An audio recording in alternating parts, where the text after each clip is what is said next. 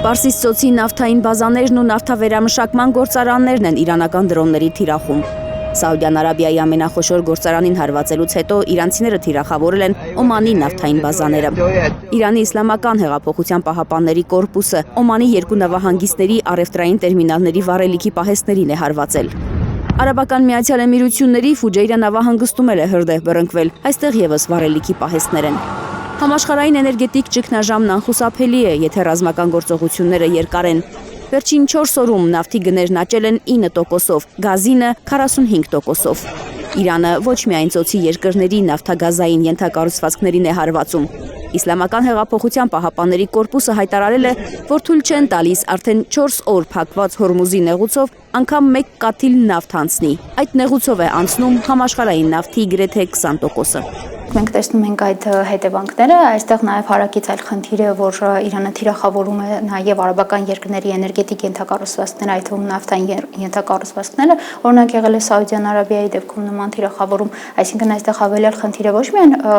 ոչ միայն Հորմուզը, այլև նաև հենց այդ երկրների էներգետիկ ենթակառուցվածքների թիրախավորումը, հետևաբար այո, սա կարող է ընդհանուր համաշխարհային էներգետիկ իրադրությունում որոշակի ճգնաժամային իրավիճակ ստեղծել։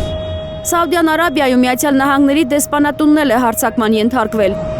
Երկու անօդաչու թռչող սարք է արձակել Իրանը, դեսպանատան շենքում հրդեհ է բռնկվել, զոհերի մասին տեղեկություն չկա։ Թրամփը News Nation-ին ասել է, որ Վաշինգտոնը կարող է շուտով արձագանքել Էրիադում դեսպանատան վրա հարձակմանը։